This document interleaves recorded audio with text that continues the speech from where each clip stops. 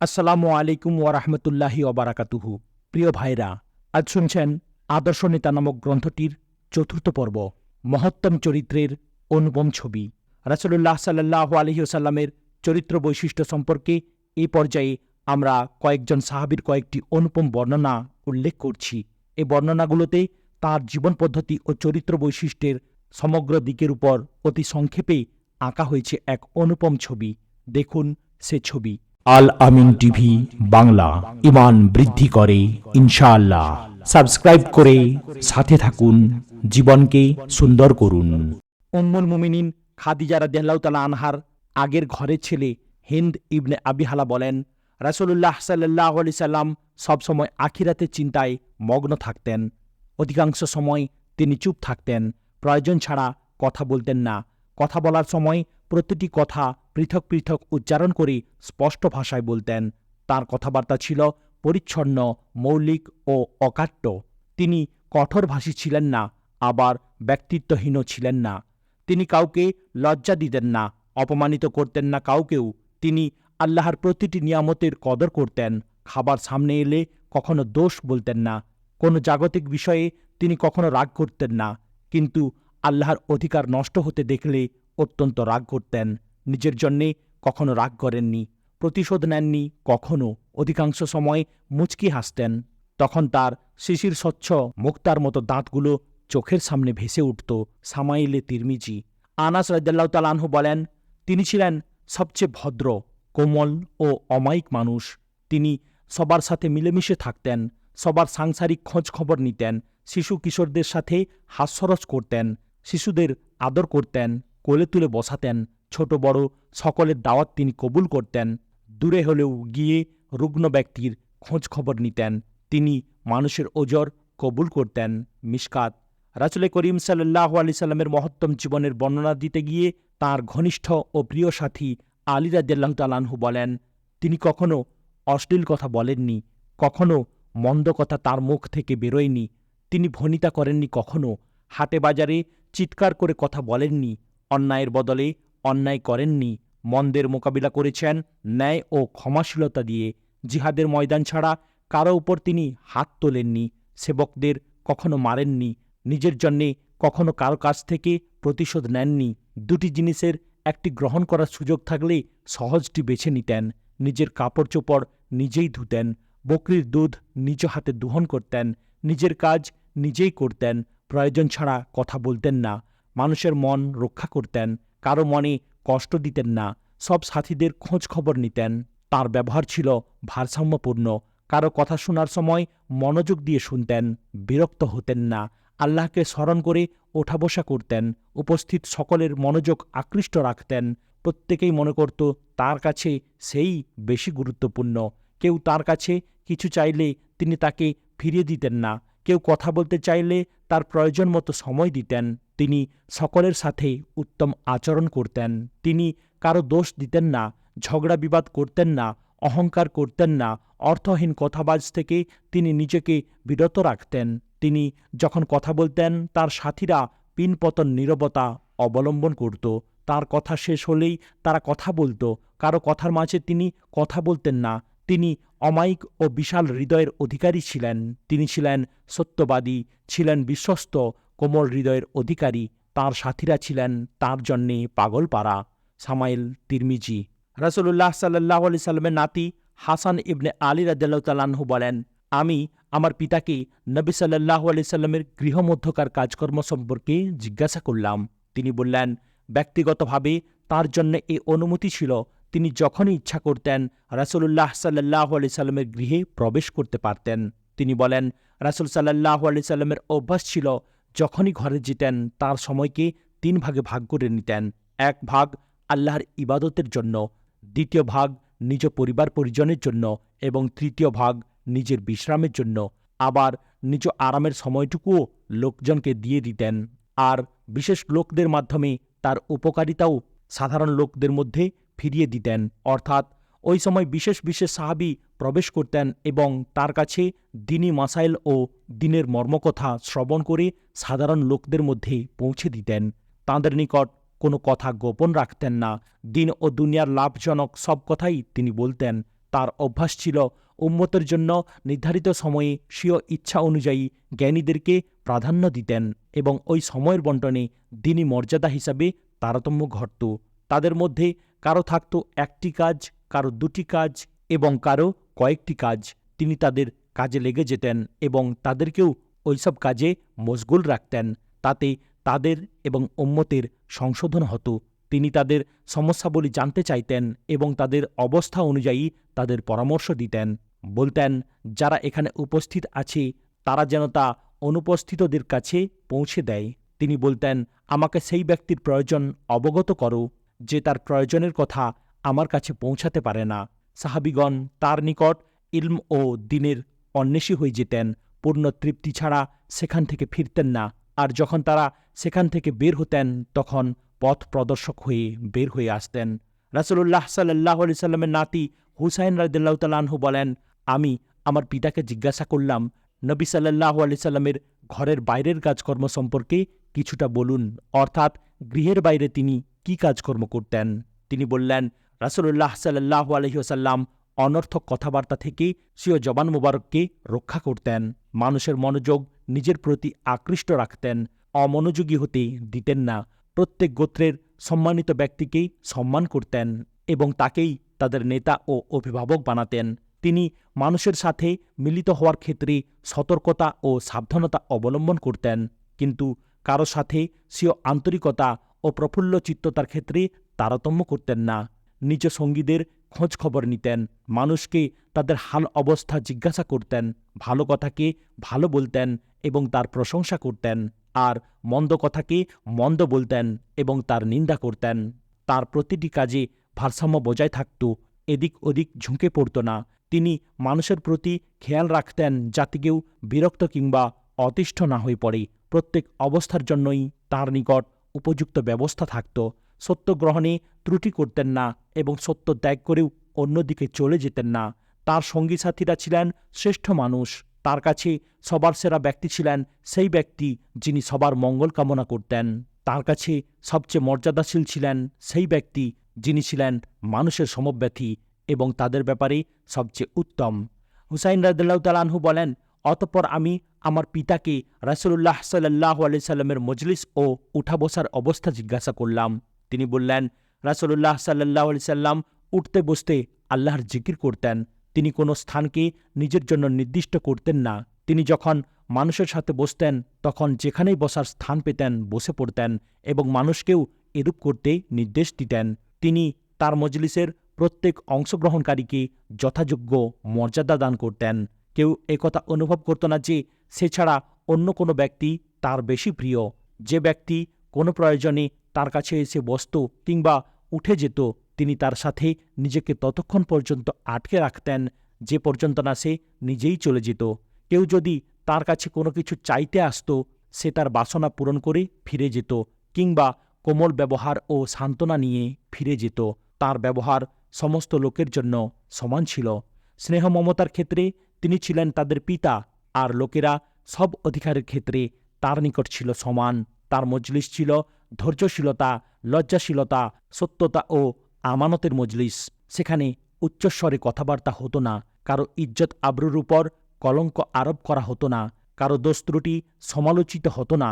সভার সদস্যদের মধ্যে ছিল সংযত ভাব, তাকওয়া বজায় থাকত, একে অপরের সাথে ভদ্র ও নম্র আচরণ করত, বড়দের শ্রদ্ধা করত, ছোটদের স্নেহ করত, অভাবগ্রস্তদের প্রাধান্য দিত, অপরিচিত আগন্তুকদের প্রতি খেয়াল রাখত। হুসাইন রাদিয়াল্লাহু তাআলা আনহু বলেন, অতঃপর আমি আমার পিতাকে জিজ্ঞাসা করলাম, রাসূলুল্লাহ সাল্লাল্লাহু আলাইহি সাল্লাম তার সভার সদস্যদের সাথে কিরূপ ব্যবহার করতেন। তিনি বললেন, রাসূলুল্লাহ সাল্লাল্লাহু আলাইহি সাল্লাম তাদের সাথে আনন্দ চিত্তে মিলিত হতেন। তিনি নম্র ও বিনয়ী ছিলেন, কঠোর ছিলেন না। তিনি হাট বাজারে হইহুল্লোড় করতেন না, অশ্লীল বাক্য উচ্চারণ করতেন না, কাউকে দোষারোপ করতেন না, অহেতুক কারো প্রশংসাও করতেন না, অপছন্দনীয় জিনিস থেকে দূরে থাকতেন এবং এ ব্যাপারে মানুষ তার সম্পর্কে নিরাশ হতো। তিনি সে সম্পর্কে কোনো মন্তব্যও করতেন না। তিনটি বিষয় থেকে তিনি নিজেকে দূরে রেখেছিলেন: ১. ঝগড়া বিবাদ থেকে, ২. বেশি কথা বলা থেকে, ৩. অর্থহীন কাজ থেকে। তিনটি বিষয় থেকে তিনি অন্য মানুষকে রক্ষা করেছিলেন: ১. তিনি কারো কুৎসা রটনা করতেন না। 2 কাউকে লজ্জা দিতেন না। তিনি কারো দোষ অন্বেষণ করতেন না। যে কথা বললে সওয়াবের আশা করা যেত তিনি তাই বলতেন। তিনি যখন কথা বলতেন তখন সভাসদগণ তাদের মাথা এমনভাবে ঝুঁকিয়ে রাখতেন যেন তাদের মাথার উপর পাখি বসে আছে। তিনি যখন কথা বন্ধ করতেন তখন অন্যরা কথা বলতেন। তার সামনে কেউ কারো কথার প্রতিবাদ করতেন না। যখন কেউ কোনো কথা শুরু করতেন তখন অন্যরা তার কথা শেষ না হওয়া পর্যন্ত নীরব থাকতেন। তাদের মধ্যে প্রত্যেকের কথাই তার নিকট ততটুকু গুরুত্বের অধিকারী হতো যতটুকু গুরুত্ব পেত প্রথম ব্যক্তির কথা। সবাই যে কথা শুনে হাসত তিনিও তাতে হাসতেন। সবাই যাতে আশ্চর্য হতো তিনিও তাতে আশ্চর্য হতেন। আগন্তুকের অসংলগ্ন কথাবার্তা ও প্রশ্ন তিনি ধৈর্য সহকারে শুনতেন। তাঁর সাহাবীগণ এরূপ লোকদের তার নিকট নিয়ে আসতেন যাতে তাদের প্রশ্ন থেকে নতুন বিষয় জানা যায়। তিনি বলতেন, তোমরা যখন কোনো অভাবগ্রস্তকে তার অভাব দূর করার প্রার্থনা করতে দেখো তখন তাকে সাহায্য করো। কেউ তার প্রশংসা করুক তিনি তা পছন্দ করতেন না, তবে কেউ কৃতজ্ঞতাবশত কিছু বললে তা ছিল স্বতন্ত্র। তিনি কারো কথার প্রতিবাদ করতেন না। অবশ্য সে যদি সীমা অতিক্রম করে যেত তবে তার কথার প্রতিবাদ করতেন, হয়তো তাকে নিষেধ করতেন কিংবা সেখান থেকে নিজে উঠে দাঁড়াতেন। হাসান রাদিয়াল্লাহু তাআলা আনহু বলেন, অতঃপর আমি রাসূলুল্লাহ সাল্লাল্লাহু আলাইহি সাল্লামের চুপ থাকা সম্পর্কে জিজ্ঞাসা করলে আমার পিতা বললেন, রাসূলুল্লাহ সাল্লাল্লাহু আলাইহি সাল্লাম চুপ থাকতেন 4টি কারণে। 1 সহনশীলতার কারণে, 2 সাবধানতার কারণে, 3 আন্দাজ করার উদ্দেশ্যে, 4 চিন্তাভাবনা করার জন্য। তার আন্দাজ করা ছিল অবস্থার উপর পূর্ণ চিন্তাভাবনা করা এবং মানুষের আলাপ আলোচনা শ্রবণ করা। আর তিনি চিন্তাভাবনা করতেন সেসব বিষয়ে যা অবশিষ্ট থাকে এবং বিলীন হয় না। আর সহনশীলতা তার ধৈর্যের মধ্যেই একত্রিত করা হয়েছিল, অর্থাৎ কোনো বিষয় তাকে ক্রুদ্ধও করতে পারত না এবং অস্থিরও করতে পারত না। আর সাবধানতা তার জন্য 4টি জিনিসের মধ্যে একত্রিত করা হয়েছে, আর তা হচ্ছে তিনি উত্তম বস্তুটি গ্রহণ করতেন যাতে মানুষ তা গ্রহণ করে। তিনি মন্দ বস্তু পরিত্যাগ করতেন যাতে মানুষ তা থেকে বিরত থাকে।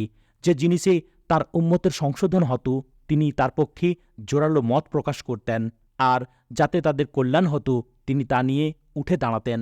এভাবে তিনি তার উম্মতের জন্য দুনিয়া ও আখিরাত উভয়ের কল্যাণ একত্রিত ও সমন্বিত করেন। আখলাকুন নবী, আবু সাইক ইস্পাহানি। আনাস ইবনে রাদিয়াল্লাহু তাআলা আনহু থেকে বর্ণিত, তিনি বলেন, 10 বছর আমি রাসূলুল্লাহ সাল্লাল্লাহু আলাইহি সাল্লামের সাহচর্যে ছিলাম এবং সব রকমের আতরের ঘ্রাণ আমি নিয়েছি, কিন্তু তার মুখের ঘ্রাণ থেকে উত্তম কোনো ঘ্রাণ আমার নাক স্পর্শ করেনি। সাহাবীদের মধ্যে কারো সাথে যখন তার সাক্ষাৎ হতো তখন তিনি তার সাথে দাঁড়িয়ে থাকতেন এবং যে পর্যন্ত সে তার থেকে পৃথক না হতো তিনি নিজে তার হাত মোবারক গুটিয়ে নিতেন না। কোনো সাহাবী যখন তার সাথে মিলিত হয়ে তার কানে কানে কোনো কথা বলতে চাইতেন তখন তিনি নিজ কান তার দিকে পেতে দিতেন এবং ততক্ষণ পর্যন্ত তার কান সরিয়ে নিতেন না যতক্ষণ না ওই ব্যক্তি নিজেকে না সরিয়ে নিত। শামায়েলে তিরমিজি। রাসূলুল্লাহ সাল্লাল্লাহু আলাইহি সাল্লামের সমাজ বিপ্লব। 1 বিপ্লবের নবী। ইসলাম মানুষের জন্যে, মানুষেরই জীবনাদর্শ, জীবনপথের মূলনীতি, জীবনযাপনের ব্যবস্থা, আদর্শ জীবনের রূপরেখা। এই ইসলাম মানুষের জন্য প্রেরণ করেছেন মানুষের সৃষ্টিকর্তা, প্রতিপালক, মানুষের মালিক ও মুনিব আল্লাহ রাব্বুল আলামিন। তিনি নিজেই এই জীবনাদর্শ, এই জীবন ব্যবস্থা মানুষের জন্য মনোনীত করেছেন। মানুষের জন্য মনোনীত এটা তার চিরন্তন ব্যবস্থা। পৃথিবীর সূচনালগ্ন থেকে শেষ পর্যন্ত সকল কালের মানুষের জন্যই তিনি এই ব্যবস্থা মনোনীত করেছেন। মানুষের কাছে তার এই জীবন ব্যবস্থা পৌঁছে দেওয়ার ব্যবস্থাও তিনি নিজেই করেছেন। সকল কালে সকল জাতির মধ্য থেকে সেরা মানুষদের তিনি তার এই বার্তা মানুষের কাছে পৌঁছে দেওয়ার জন্য নিয়োগ করেছেন। এই জন্যে তাদের প্রয়োজনীয় প্রশিক্ষণ ও যোগ্যতা দান করেছেন। এদের আমরা নবী রাসূল বলে জানি। মুহাম্মদ সাল্লাল্লাহু আলাইহি সাল্লাম এই নবুয়তি মালার শেষ কড়ি। কুরআনে বলা হয়েছে রাসূলদের কিতাব এবং মিজান দিয়ে পাঠানো হয়েছে যাতে করে মানব সমাজ ন্যায়, সুবিচার, সুষ্ঠু ব্যবস্থা ও ইনসাফের উপর সুপ্রতিষ্ঠিত হয়ে যায়। সূরা আল হাদিদ আয়াত নম্বর 25। আল কুরআনেরই অন্য একটি স্থানে নবীদের নাম উল্লেখ করে বলা হয়েছে যে তাদের নির্দেশ দেওয়া হয়েছে দিন কায়েম করো, অর্থাৎ আল্লাহ তাআলা তাদের নবী নিযুক্ত করে বলে দিয়েছেন, আমি তোমাদের মাধ্যমে যে বাণী, যে ব্যবস্থা ও আদর্শ প্রেরণ করছি তা তোমরা সমাজের বুকে প্রতিষ্ঠিত করো। আর এর প্রতিষ্ঠার মাধ্যমেই মানুষ ইনসাফ ও সুবিচারের উপর প্রতিষ্ঠিত হবে। মুহাম্মদ সাল্লাল্লাহু আলাইহি সাল্লামকেও একই উদ্দেশ্যে প্রেরণ করা হয়েছে, একই জীবন ব্যবস্থা নিয়ে প্রেরণ করা হয়েছে, আর এই জীবন ব্যবস্থা বিজয়ী করার নির্দেশ তাকে দেয়া হয়েছে। এ ব্যাপারে আল কুরআনের ভাষ্য হল, তিনি সেই সত্তা যিনি তার রাসূলকে হিদায়াত অর্থাৎ পথ নির্দেশ এবং সত্য দিন অর্থাৎ জীবন ব্যবস্থা ও জীবনযাপনের বিধানসহ পাঠিয়েছেন, যেন সে এই বিধানকে অন্য সকল বিধি ব্যবস্থার উপর বিজয়ী করে দেয়। সূরা আল ফাতাহ আয়াত নম্বর 28। এখানে কুরআনের এই আয়াতে মুহাম্মদ রাসূলুল্লাহ সাল্লাল্লাহু আলাইহি সাল্লামকে প্রেরণের যে উদ্দেশ্য বর্ণনা করা হয়েছে তাতেই অনুরণিত হচ্ছে ইসলামী সমাজ বিপ্লবের পদধ্বনি। এখানে এক চূড়ান্ত বিপ্লব সাধনের দায়িত্ব তার উপর অর্পণ করা হয়েছে। পূর্ণাঙ্গ পরিবর্তন সাধনের কথা বলে দেয়া হয়েছে। সমাজে প্রতিষ্ঠিত সমস্ত চিন্তাধারা, সমস্ত আচার আচরণ, সমস্ত কুনীতি, কুনৈতিকতা এবং সামাজিক সকল অপব্যবস্থা চুরমার করে ভেঙে দিয়ে অবদমিত করে দিতে বলা হয়েছে। বস্তুত এই কাজটার নামই হল ইসলামী বিপ্লব। এই বিপ্লবের মাধ্যমে সমাজ থেকে কতগুলো ধ্যান ধারণা, মূলনীতি, জীবনাচার এবং এসব ভিত্তিতে গড়ে ওঠা সমাজ ও রাষ্ট্র কাঠামোকে পরাজিত, অবদমিত এবং নিস্তেজ করে দেয়া হয়। কুরআন মাজিদে এসব জিনিসকে বিভিন্ন নামে আখ্যায়িত করা হয়েছে, যেমন কুফর, শিরক, তুগিয়ান, ফিস্ক, ফিতনা, ফাসাদ ইত্যাদি। এগুলোকে উৎখাত এবং পরাজিত করে সে স্থলে ইসলামী জীবনাদর্শকে প্রতিষ্ঠিত করাই ইসলামী বিপ্লবের লক্ষ্য।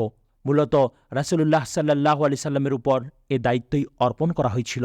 তিনি আল্লাহ তাআলার পর্যবেক্ষণের অধীনে অত্যন্ত দক্ষতার সাথে সর্বোত্তম পন্থায় সুনিপুণভাবে এ মহান দায়িত্ব পালন করে গেছেন। 2. ইসলামী বিপ্লবের মডেল। রাসূলুল্লাহ সাল্লাল্লাহু আলাইহি সাল্লাম পূর্ণাঙ্গ ইসলামী বিপ্লব সাধন করেছেন। যেসব জিনিসকে পরাভূত ও পরাজিত করার দায়িত্ব ছিল, তিনি সেগুলোকে পরাভূত ও পরাজিত করে গেছেন। যেসব জিনিসকে বিজয়ী করার নির্দেশ ছিল, সেগুলোকে তিনি বিজয়ী করে গেছেন। চিরদিনের জন্য বিশ্বের বুকে ইসলামের শিকড়কে এমন মজবুতভাবে তিনি গেড়ে গেছেন, যা নির্মূল করার ক্ষমতা আর কোনো শক্তির নেই। তাই ইসলামী বিপ্লবের তিনি স্থপতি, ইসলামী বিপ্লবের তিনি সর্বকালের নেতা। সকল যুগের ইসলাম প্রতিষ্ঠাকর্মীদের তাঁরই পদাঙ্ক অনুসরণ করতে হবে। নেতাদেরকেও তাঁরই অনুসরণ করতে হবে, কর্মীদেরকেও তাঁরই অনুসরণ করতে হবে। তিনি যে বিপ্লব সাধন করেছেন, অনুরূপ বিপ্লব সাধন করার নামই ইসলামী সমাজ বিপ্লব। তিনি ইসলামী সমাজ বিপ্লবের মডেল সাল্লাল্লাহু আলাইহি ওয়াসাল্লাম। 3. রাসূলুল্লাহ সাল্লাল্লাহু আলাইহি ওয়াসাল্লামের সংঘটিত বিপ্লবের 3টি পর্যায়। মুহাম্মদ রাসূলুল্লাহ সাল্লাল্লাহু আলাইহি ওয়াসাল্লাম যে বিপ্লব সাধন করেছিলেন তার কয়েকটি পর্যায় ছিল। মূলত তার বিপ্লবের 3টি পর্যায় ছিল। সেগুলো হল: 1. চিন্তার বিপ্লব বা মানসিক বিপ্লব, 2. নৈতিক ও চারিত্রিক বিপ্লব এবং 3. সমাজ ও রাষ্ট্র বিপ্লব। এই 3 পর্যায়ের বিপ্লবের মাধ্যমেই নবী করিম সাল্লাল্লাহু আলাইহি সাল্লামের ইসলামী বিপ্লব পূর্ণতা লাভ করে। রাষ্ট্র ব্যবস্থা তার নিয়ন্ত্রণে আসে, সমাজে পূর্ণ শান্তি, শৃঙ্খলা ও নিরাপত্তা প্রতিষ্ঠিত হয়, মানবাধিকার নিশ্চিত হয়। বিপ্লব ছড়িয়ে পড়ে দেশে দেশে, মানুষ পতঙ্গের মতো ছুটে আসে এই মহান জীবনাদর্শ গ্রহণ করার জন্য। রাসূল করিম সাল্লাল্লাহু আলাইহি সাল্লাম যে সমাজ বিপ্লব সংঘটিত করেছিলেন তা ছিল একটি নিয়মতান্ত্রিক বিপ্লব। কোনো জাতীয়তাবাদী আন্দোলনের মাধ্যমে ক্ষমতায় অধিষ্ঠিত হয়ে তিনি তার আদর্শকে জাতির উপর জোর জবরদস্তি করে চাপিয়ে দেননি। সমাজের কোনো বিশেষ শ্রেণীর নেতৃত্ব কবজা করে অপর শ্রেণীর বিরুদ্ধে যুদ্ধ করে তাদের পরাভূত করে তিনি ক্ষমতা দখল করেননি। কোনো প্রকার প্রাসাদ, ষড়যন্ত্রের মাধ্যমেও তিনি ক্ষমতায় আরোহণ করেননি। মোট কথা, এ ধরনের কোনো কৃত্রিম পন্থায় ক্ষমতায় আরোহণ তিনি করেননি। নিজের আদর্শকেও তিনি জনগণের উপর তাদের ইচ্ছার বিরুদ্ধে ক্ষমতার বলে চাপিয়ে দেননি। তিনি সম্পূর্ণ স্বাভাবিক, নিয়মতান্ত্রিক ও গণতান্ত্রিক প্রক্রিয়ায় সমাজ বিপ্লব ঘটিয়েছিলেন এবং সম্পূর্ণ স্বাভাবিক প্রক্রিয়ায় রাষ্ট্র ক্ষমতা তার হাতে এসে যায়। তিনি মূলত প্রথমে জনগণের মধ্যে চিন্তা ও চরিত্রের বিপ্লব সাধন করেন, আর এই চিন্তা ও চরিত্র বিপ্লবের ফলশ্রুতিতে সম্পূর্ণ স্বাভাবিক প্রক্রিয়ায় সৃষ্টি হয় সমাজ ও রাষ্ট্র বিপ্লব। চিন্তার বিপ্লব। তিনি প্রথমেই জনগণের বিশ্বাস, ধ্যান ধারণা, দৃষ্টিভঙ্গি ও চিন্তা চেতনার ক্ষেত্রে বিপ্লব সৃষ্টি করে দেন। তার জাতির লোকেরা চিন্তার ক্ষেত্রে যে অন্ধতায় নিমজ্জিত ছিল, তিনি সজোরে সে অন্ধকার পর্দায় আঘাত করেন। তাদের অচেতন অনুভূতিকে সচেতন করে দেন, তাদের বিবেককে জাগ্রত করে দেন, তাদের চোখের পর্দা সরিয়ে দেন, কানের তালা খুলে দেন, দিলের কালিমা দূর করে দেন। তারা আল্লাহ আছেন বলে জানত, কিন্তু তারা তাকে কেবল ভালো মন্দের দেবতা বলেই মনে করত। তারা মনে করত তাকে খুশি করলে তাদের পার্থিব জীবনে কল্যাণ হবে, আর অখুশি করলে তাদের হবে অকল্যাণ। কিন্তু কিসে তিনি খুশি হন আর কিসে তিনি অখুশি হন তা তারা জানত না।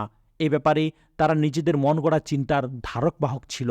তাছাড়া তারা মনে করত সরাসরি মানুষ তাকে খুশি করতে পারে না, মানুষের আরাধনা সরাসরি তার কাছে পৌঁছে না।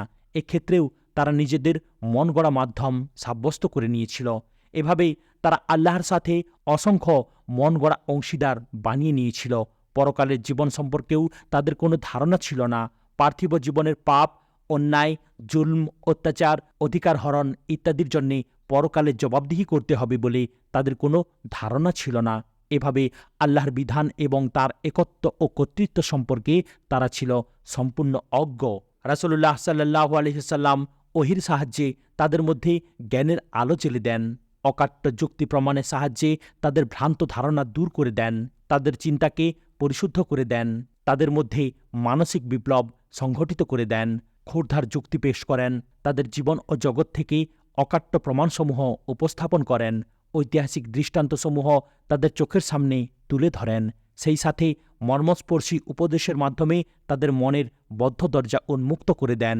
এভাবে তাদের মনে ও মগজে এ ধারণা বদ্ধমূল করে দেন যে আল্লাহ এক, তার কোনো অংশীদার নেই, কোনো প্রতিপক্ষ নেই, কোনো আত্মীয় নেই, স্বজন নেই। তিনি সরাসরি মানুষের কথা শুনেন, আরাধনা শুনেন। তিনি ঘাড়ের মোটা রগটির চাইতেও মানুষের নিকটতর। তার দাসত্ব ও আনুগত্য করার জন্য তিনি মানুষকে সৃষ্টি করেছেন। মানুষ তার খলিফা, প্রতিনিধি। তার ক্ষমতা সর্বব্যাপী, দুর্দণ্ড প্রতাপশালী তিনি।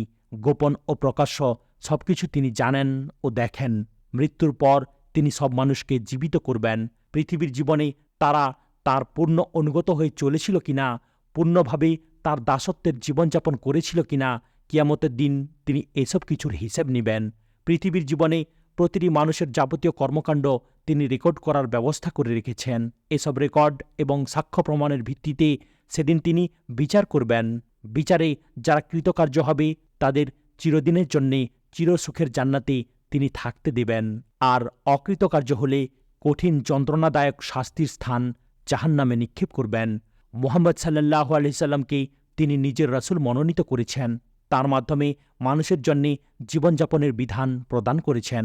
কিভাবে জীবনযাপন করলে তিনি খুশি হবেন আর কি কি কাজে তিনি অসন্তুষ্ট হবেন, তার মাধ্যমে এসব কিছু তিনি জানিয়ে দিয়েছেন। সুতরাং যারা মুহাম্মদ সাল্লাল্লাহু আলাইহি সাল্লামের মাধ্যমে প্রেরিত বিধানের পূর্ণ অনুসরণ করবে এবং তিনি যেভাবে চলতে বলেন সেভাবে জীবনযাপন করবে, পরকালে কেবল তারাই মুক্তি পাবে এবং জান্নাতের অধিকারী হবে। আর যারা তার মাধ্যমে প্রেরিত আল্লাহর বিধানের অনুসরণ করবে না এবং তার দেখানো পথে চলবে না, পরকালে তারাই অকৃতকার্য হবে এবং প্রবেশ করবে জাহান্নামে। চরিত্র বিপ্লব। চিন্তার ক্ষেত্রে যাদের মধ্যে এই পরিবর্তন, এই বিপ্লব সাধিত হচ্ছিল, সাথে সাথে তাদের চরিত্রের মধ্যেও পরিবর্তন সাধিত হচ্ছিল, সংঘটিত হচ্ছিল চরিত্র বিপ্লব। এতদিন তারা অসংখ্য খোদার পূজা অর্চনা করত, এখন এক আল্লাহর ইবাদত করে। এতদিন অসংখ্য শক্তির আনুগত্য করত, এখন দুর্দণ্ড প্রতাপশালী সর্বশক্তিমান আল্লাহ ছাড়া আর কারো সামনে মাথা নত করে না। এতদিন অসংখ্য দেবতাকে খুশি করার জন্য কাজ করত, এখন আল্লাহর সন্তুষ্টির জন্যে কাজ করে। এতদিন পূর্বপুরুষদের অনুসরণ করত, অসংখ্য রসম রেওয়াজ মেনে চলত, এখন শুধুমাত্র আল্লাহর রাসূলের অনুসরণ করে। এভাবে জীবনের সর্বক্ষেত্রে তাদের পরিবর্তন আসে। এখন তারা সত্য কথা বলে, প্রতিশ্রুতি রক্ষা করে, কাউকেও ঠকায় না, প্রতারিত করে না, কারো সম্পদ অপহরণ করে না, জিনা ব্যভিচার করে না, অপবাদ রটায় না, অবৈধ উপার্জন করে না, সুদ খায় না, দেয় না, ঘুষ খায় না, দেয় না, কারো মনে কষ্ট দেয় না, কন্যা সন্তানদের ঘৃণা করে না, পারস্পরিক হানাহানি কাটাকাটিতে লিপ্ত হয় না। এখন একে অপরের কল্যাণের জন্যে ব্যস্ত, একজন আরেকজনের ভাই। এখন তারা এতিম আর মুসাফিরের সম্পদ লুণ্ঠন করে না, এখন নিজেদের সম্পদ সকলের জন্যে অবারিত দান করে। যে কোনো প্রকার পাপ ও অন্যায়ের জন্যে এখন তারা আল্লাহর দরবারে পাকড়াও হবার ভয়ে ভীত সন্ত্রস্ত থাকে। এতদিন তাদের সর্বশক্তি নিয়োজিত ছিল দুনিয়া লাভের জন্যে, এখন তাদের সমস্ত প্রচেষ্টা নিয়োজিত হয়েছে পরকালীন সাফল্য অর্জনের লক্ষ্যে। সমাজ বিপ্লব। এভাবে মুহাম্মদ রাসূলুল্লাহ সাল্লাল্লাহু আলাইহি সাল্লাম সমাজে দুটি ধারা সৃষ্টি করে দিলেন। একটি হলো প্রচলিত ধারা, যারা শিরক ও কুফরের উপর অটল থেকে নিজেদের পার্থিব স্বার্থের জন্যে সমস্ত শক্তি নিয়োজিত করে রেখেছে। অপরটি হল তাঁর সৃষ্ট বিপ্লবী ধারা, যাদের মানসিক বিপ্লব সংঘটিত হয়েছে, নৈতিক বিপ্লব সংঘটিত হয়েছে এবং চরিত্র জগতে আমূল পরিবর্তন সাধিত হয়েছে। সহসাই দুটি ধারার মধ্যে দ্বন্দ্ব, সংঘাত ও সংঘর্ষ বাধে। কায়েমি স্বার্থবাদী ধারা বিপ্লবী ধারাকে কিছুতেই বরদাস্ত করে না। বিপ্লবী ধারা দিন দিনই জোরদার হচ্ছে দেখে তারা বিরোধিতার মাত্রাও বাড়িয়ে দেয়, ষড়যন্ত্রের জাল বিস্তার করে, চরম অত্যাচার নির্যাতনের স্টিল রোলার এদের উপর চাপিয়ে দেয়। বিপ্লবী ধারা তাদের জীবনের পরম লক্ষ্যে উপনীত হবার জন্য এসব কিছুই অকাতরে বরদাস্ত করে। কিন্তু রাসূল পাকের সৃষ্ট এই বিপ্লবী ধারা ছিল যেহেতু সত্যের বাহক, মুক্তির আহ্বায়ক, তাই দিন দিন তাদের জনবল এবং মনোবল বৃদ্ধি পেতে থাকে। কোনো সংঘাত সংঘর্ষে তাদের আদর্শিক চরিত্র ও মানসিকতা পরাজিত হয় না, জনমত তাদের পক্ষে আসতে থাকে। অবশেষে এমন এক সময় এসে উপস্থিত হয় যখন কতিপয় কায়েমি স্বার্থবাদী ছাড়া আর সকলেই হয়তো এই বিপ্লবী ধারার সক্রিয় কর্মী হয়েছে, নতুবা হয়েছে সমর্থক। এভাবে রাসূল করিম সাল্লাল্লাহু আলাইহি সাল্লাম জনগণের চিন্তা ও চরিত্র বিপ্লবের এক স্বাভাবিক পরিণতিতে সমাজ বিপ্লব সাধন করেন। জনগণের স্বাভাবিক আকাঙ্ক্ষার ফলশ্রুতিতে রাষ্ট্র ক্ষমতা তার করায়ত্তে এসে যায়। জনগণের মানসিক ও নৈতিক দাবির প্রেক্ষিতে সম্পূর্ণ স্বাভাবিক ও নিয়মতান্ত্রিক প্রক্রিয়ায় আল্লাহ প্রদত্ত জীবন ব্যবস্থা সমাজের বুকে প্রতিষ্ঠিত হয়ে যায়। প্রকৃতপক্ষে রাসূল করিম সাল্লাল্লাহু আলাইহি সাল্লাম এভাবেই ইসলামী বিপ্লবকে সাফল্যমণ্ডিত করে ইসলামের প্রাসাদকে সুপ্রতিষ্ঠিত করে গেছেন। জনমত ও গণতন্ত্রের এর চাইতে শ্রেষ্ঠ উপমা আর হতে পারে না। 4. ইসলামী বিপ্লবের পথিকৃৎ। এটা ছিল মূলত বিশ্বনেতা মুহাম্মদ রাসূলুল্লাহ সাল্লাল্লাহু আলাইহি সাল্লামের কর্মসূচির সাফল্য। তিনি কোনো তড়িৎ সফলতা লাভের কর্মসূচি গ্রহণ না করে এই সুদূরপ্রসারী দীর্ঘস্থায়ী কর্মসূচি অবলম্বন করেন।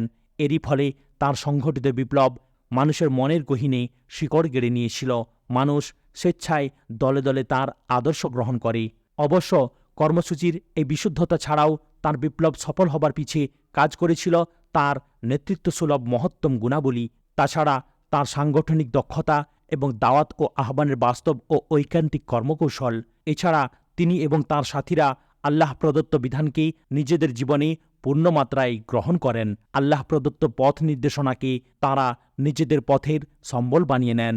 ওহির জ্ঞানই ছিল তাঁদের নিকট প্রকৃত জ্ঞান। ব্যক্তিগত ও সামষ্টিক জীবনে এই জ্ঞানের অনুসরণকেই তাঁরা সাফল্যের চাবিকাঠি মনে করতেন। তাঁরা আল্লাহর প্রতি একমুখী হয়ে গিয়েছিলেন। আল্লাহর সন্তুষ্টি লাভ করাকেই তাঁরা একমাত্র লক্ষ্য বানিয়ে নিয়েছিলেন। অন্য কোনো উদ্দেশ্য লক্ষ্য তাদের এ লক্ষ্যপথে বাদ সাধেনি। যখনই অন্য কোনো উদ্দেশ্য লক্ষ্য এ মহান লক্ষ্যকে ক্ষতিগ্রস্ত করছে বলে তারা টের পেতেন, সাথে সাথে সেটাকে নিক্ষেপ করে ভেঙে চুরমার করে ফেলতেন। এভাবে আল্লাহ তাদের উপর সন্তুষ্ট হয়ে গিয়েছিলেন এবং তারাও তাঁর প্রতি সন্তুষ্ট হয়ে গিয়েছিলেন।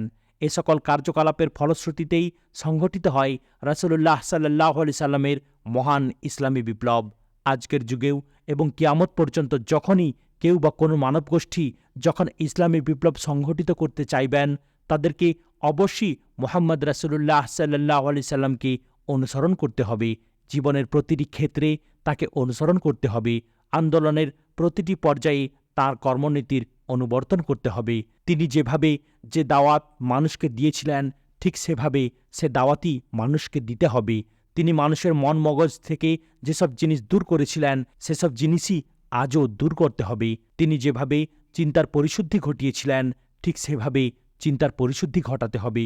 তিনি মানুষের নৈতিক চরিত্রকে যেভাবে সংশোধন ও পরিশুদ্ধ করেছিলেন, আজও ঠিক সেভাবেই মানুষের নৈতিক চরিত্রকে পরিশুদ্ধ করতে হবে। তিনি যে সূত্র থেকে জ্ঞান দান করেছিলেন, সেই সূত্র থেকে জ্ঞান দান করতে হবে।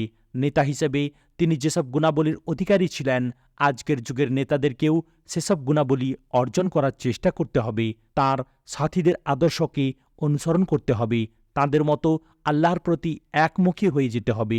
আর এই কাজকেই সব কাজের উপর অগ্রাধিকার দিতে হবে।